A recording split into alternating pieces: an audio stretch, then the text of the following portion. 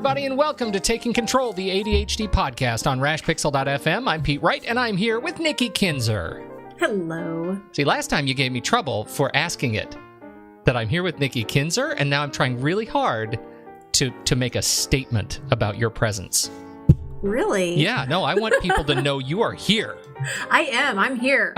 I am so excited about our conversation today. We are talking about nutrition and how your diet can impact your ADHD, and we have a great guest to help us out. But before we do that, head over to TakeControlADHD.com. You can listen to the show right there on the website or subscribe to the mailing list and get an email with the latest episode each and every week. Of course, you can connect with us on Twitter and Facebook at TakeControlADHD and call us. You can leave us a voicemail at 503-664-4ADD and get your voice, thoughts, and questions right here on this very show. And particularly today, you know, we've talked about nutrition before. We've talked about the importance of these things around self-care. We want to hear from you. How does your diet impact your ADHD? Our guest today is Tonya Harris. She is on a mission to help parents learn how both diet and common toxins in the home can affect their child's health and lessen the symptoms of behavior and attention issues through simple dietary and lifestyle changes. She's board certified in holistic nutrition and a fantastic all-around educator. She writes about the health implications of common chemicals in our homes and the effects on our children on her website at goneholistic.net. Tonya Harris, welcome to the ADHD podcast. We're so glad to have you here. Oh, thank you. And thank you so much for having me. Hi, Tonya. I would love to learn more about what it is that you do for people. Can you explain that a little bit? Sure. Well, what I like to do is I like to take parents through the areas of their home, whatever's in their food, and also what's in their cleaning products or beauty care products that might be affecting the health of their children, specifically how it's affecting their brain development. Interesting. So do you actually go into people's homes, or is this something that you do online? I have gone into people's homes, but I do most of it online. It's amazing what you can do now by Skype. So yes. I actually do a lot that way. That's great. So what inspired you to get involved in this kind of work? I've always been interested in what I've put, on my body or, what I've eaten, because I had childhood leukemia at the age of 7. And then, oh, wow. Yeah. Wow. That is a big wow. Yeah, that definitely was a good start. So yeah. I've always been a little interested, but really what got me into the brain function and how it affects brain development was when my kids were diagnosed. My son started exhibiting symptoms in 2nd grade. Now, symptoms of ADHD? ADHD. Okay. Yep. And kind of just inattention and kind of, spacing out, as they called it. So the teacher called me in and said, they're thinking about testing. So I kind of went home thinking there's got to be something I can do. So I was doing a ton of research about, what we were eating or what we were using in our homes that maybe that could lessen his symptoms. Mm-hmm. And I made some small changes. And then within a few months, I went back to meet with the teacher, and the team no longer wanted to test him. It's like magic. Wow. So you found a definite connection between nutrition, what you were eating, and these ADHD symptoms. Right. Yeah. Just just to lessen the symptoms is basically what we saw. So outside of your son, I mean, obviously you have personal experience with it, and you've also done a ton of research with the business that you're in now. How important is the role of nutrition in ADHD? There's varying, it's kind of controversial. Some people say there is, some people say there isn't, but I think it's a huge leap. Because really what you do through nutrition is optimize your brain function. So if you keep your cell membranes healthy and you're doing everything you need to keep those neurotransmitters optimal, you're going to have better brain health than rather if you're eating a bunch of bad fats, which actually make your cell membrane so rigid, the nutrients can't get in and the waste can't get out. That's eventually going to cause a lot of problems. So when you're eating an optimal diet and giving your body what it needs, who doesn't want the better brain function? Well, that's really it. Right. This isn't about fads. This isn't about, nutritional buzzwords. It's just about smart and healthy eating. Right? I mean, it's not, we don't have to get stuck in like the latest hipster nutrition language. No, I don't believe so. And everybody's so individual anyway. I think basically, you eat healthy fats and there's certain things you should avoid. So really, not doing any of those fad diets. Mm-hmm. I don't recommend that. Mm-hmm. Well, you are actually going to be giving away a fantastic guide that we're going to have in our show notes about getting started. You have a lot of information about different supplements and things to avoid and things to look for. And, I think it'd be a great place to start to kind of figure out, like, where do people begin this journey of living a healthy lifestyle? What kind of advice would you give to somebody? Sure. Well, first of all, one of the bigger things that they've found that especially children react to are food sensitivities through food colorings and artificial flavorings. So that's one of the things I would take out first is anything you see that's got like a red number 40 or a yellow number 5. I would take those out of the diet right away, as well as I would also take out MSG. MSG is an excitotoxin. That's something that a lot of people just have reactions to anyway. And they've found that can actually, an author of Excitotoxins, The Taste That Kills, he actually says that he believes that ingesting that over time can lead to learning disabilities and neurological problems such as ADHD. Oh, interesting. Well, so specifically MSG, you don't have ADHD, and suddenly you do. With MSG. Right. You start eating MSG, you're actually creating a condition in which you have ADHD. That's what you're saying. Or at least the symptoms. That is bananas. Right. Mm-hmm. That is. Well, and MSG, I mean, when I hear you say that, I think of Chinese food. Yeah, but Chinese food like 25 years ago. I feel like the Chinese restaurants have figured it out. Why haven't the rest of everybody? What is MSG? Like, I know that's probably a big question, but like, what is it? Like, I don't understand it. Oh, sure. It's actually the number one most used food enhancer or food flavor enhancer in the world that's used. And it's hidden in a lot of foods. So it's in salad dressings, it's in crackers, cookies, chips. There's so many things it's in. And the thing is there's over 40 different ingredients that contain MSG. So if you don't see monosodium glutamate listed on the label, that doesn't necessarily mean it doesn't have MSG. It could have something like autolyzed yeast extract, which does contain MSG. So therefore that product does contain it. Even if the product is claiming that they don't directly contain MSG, you still have to be careful about it. Right. And that's kind of common on soup cans. Some soups are labeled MSG free. And then on the back, when you turn it over, you'll see like autolyzed yeast extract written there, which does contain the MSG. That's crazy. Now, on your handout, do you have the other names for that? Is that something that you have available? I do. I have a link to a great table, and it lists all of the ingredients. Yes. Because that's the thing that I think is so frustrating, or at least a little intimidating, is that you want to read labels, right? I mean, at least I do. I mean, I want to go to the grocery store and be educated and read these labels. And like when you were talking about the food coloring, I can spot that because they make it pretty clear, you know.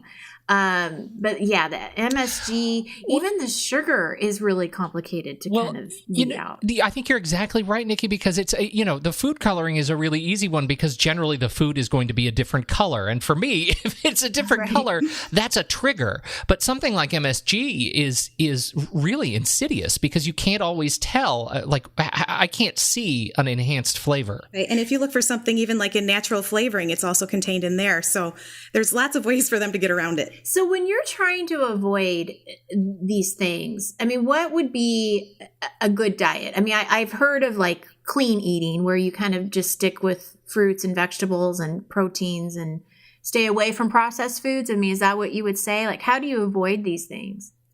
Sure. Well, there's things I would recommend to add to the diet if that helps. Definitely clean eating, but one of the main things people don't get enough of is protein, and surprisingly that has a lot to do with brain health. For one thing, if you don't have enough protein, you don't have enough amino acids to make those neurotransmitters, so the cells in your brain can't communicate like they're supposed to. So that affects memory, so working memory, even behavior. And then, of course, inattention. Well, and when you were talking about working memory, I'm just thinking executive functions, right? So you probably have all these things, getting started, following through, time management, organizing. All of those things are probably affected. Exactly. And that's, just to get enough high quality protein in your diet. And following that, also blood sugar dysregulation is a big issue. So blood sugar issues the brain uses glucose for its number one fuel. So if you have no glucose going in or all of a sudden a big flood, that can affect your brain too. And it even affects aggressive behavior. And again, memory and attention. Glucose is sugar, right? Correct. Yep. So there's got to be a balance then, is what you're saying, between cutting out sugar, but how does that work? Sure. Well, one of the ways is protein. So what's interesting is that putting a protein with a carbohydrate for a snack, such as an apple with peanut butter or almond butter, is actually what I would recommend. It gives you the carbohydrate you need for that sugar, but it also gives you that protein. And what that does is it balances out your blood sugars. It keeps it steady longer. And it also fills you up for longer, so you don't get those blood sugar crashes. So are you under the kind of the philosophy, is it better to kind of have smaller meals throughout the day that have, each meal has a little bit of protein, or how do you do that within your diet? I do, when people have a blood sugar issue, I do recommend having at least a snack every 2 to 3 hours. Mm-hmm. And again, combining that carbohydrate with that protein. Pete had mentioned before about kind of fad diets or kind of buzzwords. And I know that in the last, year or so, probably longer than that, because these things have been around forever. It's just like they seem to be out now with more publicity. But the GMO, kind of craze that people are talking about, and organic versus non-organic. I'm just curious to know from your standpoint, what exactly is a GMO and why do we have to stay away from them? Well, a GMO is a genetically modified organism. So they have done something to that food, such as adding a protein from one food to another. Mm-hmm. There's so much varying research, and that's probably a whole nother topic. But okay. I'm hoping you have a big can of worms, is what you're saying. I can sum it up really quick. Just in the fact that I summarize this in 1 minute, please. Okay, sure. Let's see if we can just end the debate altogether. That's right. Well, I'll just use my favorite quote that I love from Robin O'Brien, where she says, "Are we allergic to our food or what's been done to it?"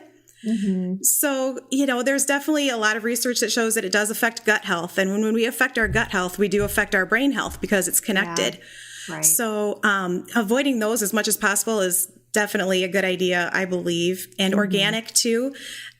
There's varying studies on that, but there's been more studies to show that those plants and that produce actually has more vitamins and minerals and whatever, they're more optimized for that. So if you're buying organic. Yep, they have higher vitamin and mineral content. So the more that you eat of the organic, you give your body more time to detox and heal. Whereas if you keep taking in the other stuff. Well, and I found too with my own research that organic is expensive. There's no doubt about it. And, but there are ways to do it on a budget. There are, things that you want to buy organic if you can. And then there's things that are okay if they're conventional. And I think that helps. And I actually am going to, in the blog this week, I'm going to have a list of those things for people to see too, of if you're on a budget, how this can work for you. And buying things in season too, right? I mean, I think that makes a huge difference. Exactly. Yeah. If you do buy things that are seasonal or even locally grown, that'll save money too. That's where I think we're really blessed here in Oregon. And I know there are a number of these sort of coastal states that have a rich farm to table culture, where you really can be sure, go to your CSA and get your own, get your food, see where it's grown by a local farmer. And I know we've been taking advantage of that for a number of years. It's really changed the dynamic of our table. But I sometimes, I think about what is it like if you live in a place that doesn't have these options? How much harder is it to plan your meal every week and make the kind of decisions that you need to make? Can you reflect a little bit on that? Absolutely, because I live in Illinois, so I definitely know. But I do. There's a lot of great resources online that I would recommend looking up to see what's seasonal and what's local. And, you can save money that way. But you can also Google, and I do this quite often. I can't name my favorite website right off the bat, but if you Google what's to cook locally or seasonally with some of the vegetables, you can pull up a lot of information. That's a great idea. And then that and they probably have recipes and different things too that kind of expand from that, I would assume. Yeah, and the local CSA is also, that's a great idea because we do that here also. So then you're getting what's in season. Mm-hmm, mm-hmm. It does definitely save over the long run. So I have a question for you about if you're introducing this kind of lifestyle or this healthy eating plan to your family for the first time, and I have a little bit of experience with this myself. Just in the last couple of years, we really kind of tried to switch some of the things that we were eating, getting away from processed food, eating more, like I was cooking more, so we were eating out less, which was a big deal. And, that transition is hard for kids. And I'm just curious if you have any suggestions for parents who, really want to implement these things, but, you've got your son or daughter who's wanting macaroni and cheese, or chicken nuggets. It's like, how do you get them out of that, if that makes sense? Oh yeah, I definitely went through that. My biggest tip is do it slowly. So that's good. Yeah, because a lot of things I see with my clients too is they have an all or nothing, which I completely get. It gets so overwhelming. They're like, oh, this is so expensive, I'm done. And you hit a really key point of a characteristic in ADHD. Is, it is a lot of times people will have an all or nothing mentality. I'm glad you bring that up because, I think that happens. So you're saying don't give up. Right. Yeah. Because just know that every small change you make is something that you didn't have before and you're doing the best you can. So I would there's so many good brands out on the market right now. So a lot of it just has to do with switching brands. So there's some brands that have macaroni and cheese, but they don't have the artificial colorings in them. So those are a safer bet. And then, same thing with the chicken nuggets. I'm not a fan of, so I won't go there. But even hot dogs. I have a daughter who loves hot dogs, and I am very against hot dogs. But I will occasionally indulge, and we'll do like an Applegate Farms without the nitrates and the nitrites. Right. Yes. So it's a lot of brand switching. But again, if you're going from a pretty much processed diet to more of a whole foods, definitely do it slowly. And, I would recommend starting out with the top, 2 or 3 things that you see in your refrigerator that are the most processed, and research brands that they can substitute with. So you're just doing a little at a time. That's a great idea. Well, and we sort of have implemented this 80-20 rule where, if 80% of the time we can do a good job, then I feel really good about it. If 20% of the time I look the other way, then I'm okay with that too. I mean, absolutely. I'm okay with that too. Yeah, especially because when you're looking at, when they go to other people's houses, I mean, even family members, not even friends, but you can go to your, family member's house and they may not eat exactly the way that you do. And so they've got, children have to somewhat be flexible with that too. One of the things I noticed though, is that when you educate them and you really kind of tell them why you're doing this, like why we're switching from this brand or we're not buying this kind of cracker anymore, it is interesting how they may be kind of resisting it at first, but then it's almost like something clicks for them and they're like, oh, I really don't want to eat that. That does have a lot of ingredients that I don't understand. It does. Yeah, and I have a story about that with my son that's not even ADHD related, but one time he grabbed a popsicle that had been outside and I looked at him and I said, that has yellow number 5 in there, right? Do you remember what we talked about with that? And I said, that's going to make that could exacerbate your asthma symptoms. I didn't use that word. Yeah. 8-year-old at the time, but that can make your symptoms worse. And he looked at it and he got up and he threw the popsicle in the garbage. And he's like, yeah, I don't want to have problems later when I'm playing outside. So I was like, wow, there really is something to this. They really do want to feel better. Yeah, that's really powerful. Once you're able to make a connection between the stuff you put in your body and the way it poisons you specifically, so that you can make those choices, I think that's one of the biggest challenges is we don't often make a connection between the stuff we put in our body and how we feel because it sometimes is, offset by a few hours or a day. I don't know if how I'm going to feel when I eat, these chips because I eat them every day, and maybe I misattribute this experience to having a cold or the flu or something like that, or just being restless. I think it's really important to be able to make that specific connection to how the food interacts with you.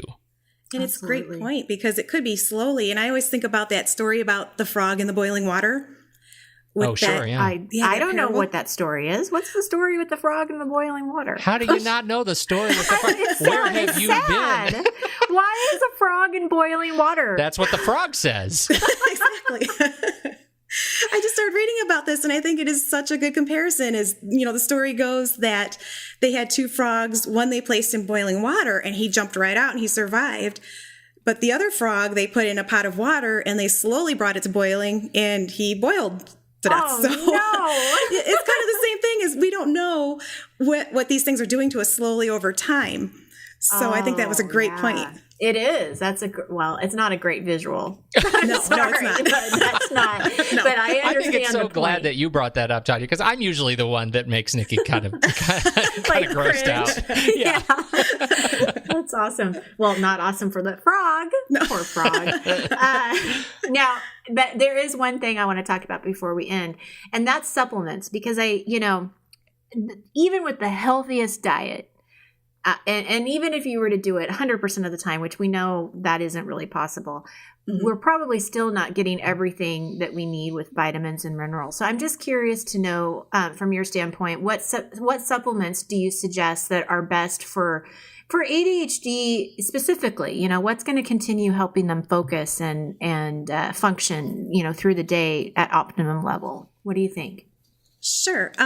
And one of the reasons that we do recommend supplements is that sometimes not only is our diet a little lacking, as you mentioned, but even the food that's grown is sometimes lacking. It's depleted in nutrients. Mm-hmm. And then they found with ADHD that sometimes there's issues with essential fatty acid metabolism, meaning you need more than the normal person. So you would definitely need to supplement.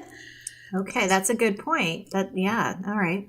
So some of those, especially essential fatty acids, that's so vital for brain health. You want a good multivitamin or multimineral because you want those. They actually are needed to make these neurotransmitters. Now, I just want to be clear. When you say fatty acid, that's fish oil, correct? Or that's one type is fish oil? Yep. And I think I have some listed on that handout. Maybe you not. Do. Mm-hmm. I do. Okay, great.